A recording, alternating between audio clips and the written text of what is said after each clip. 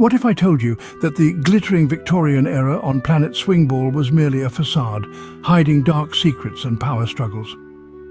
This period, draped in elegance, was punctuated by moments like the maiden voyage of the SS Mad Boat Scilly and the festive opening of the Swingball Cafe, a favourite haunt for spam-loving Vikings. Yet, beneath these celebratory events, a shadow loomed large. The Swingball gang, led by a puppet president, orchestrated the era's spectacles and sinister undertakings. Beneath the surface of grand balls and grandiose cafes, the strings of power were pulled by the notorious Swingball gang. Matty Mouse, the cunning strategist, often whispered the darkest secrets into the president's ear. Jaguar James, with his swift and silent movements, was instrumental in keeping their dealings from the public eye.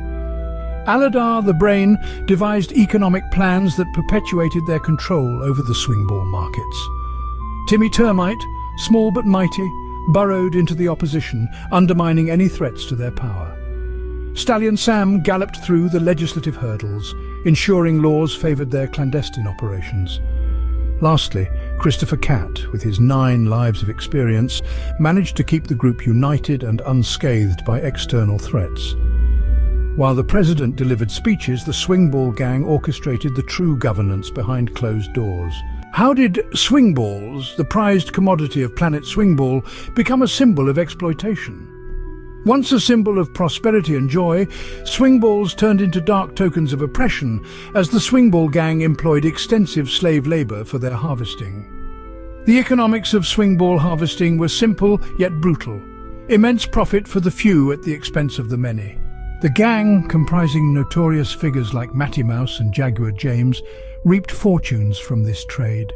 Their luxurious lives starkly contrasted with the plight of the slaves whose sweat and blood fueled the swingball markets.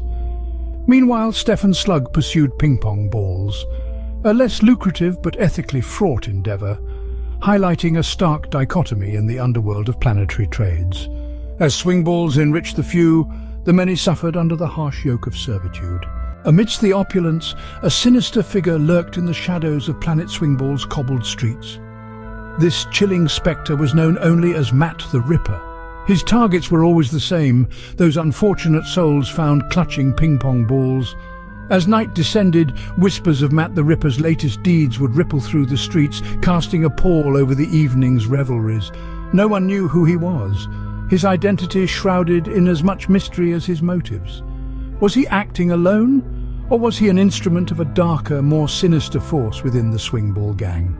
The mere mention of his name would cause even the boldest of swingball harvesters to glance nervously over their shoulders.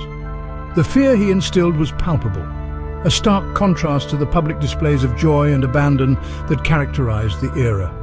The Victorian era on planet Swingball, a period cloaked in splendor yet shadowed by exploitation and fear, reminds us that all that glitters is not gold.